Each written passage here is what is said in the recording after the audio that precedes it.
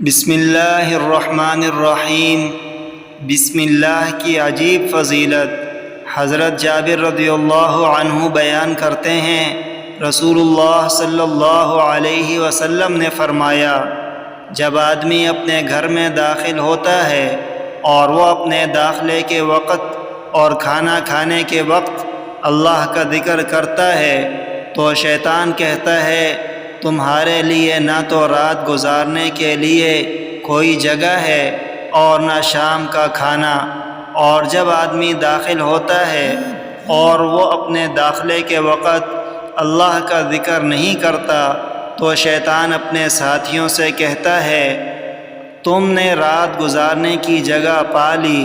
اور جب وہ کھانا کھاتے وقت اللہ کا نام نہیں لیتا تو وہ کہتا ہے، تم نے رات گزارنے کی جگہ پا لی اور شام کا کھانا بھی پا لیا۔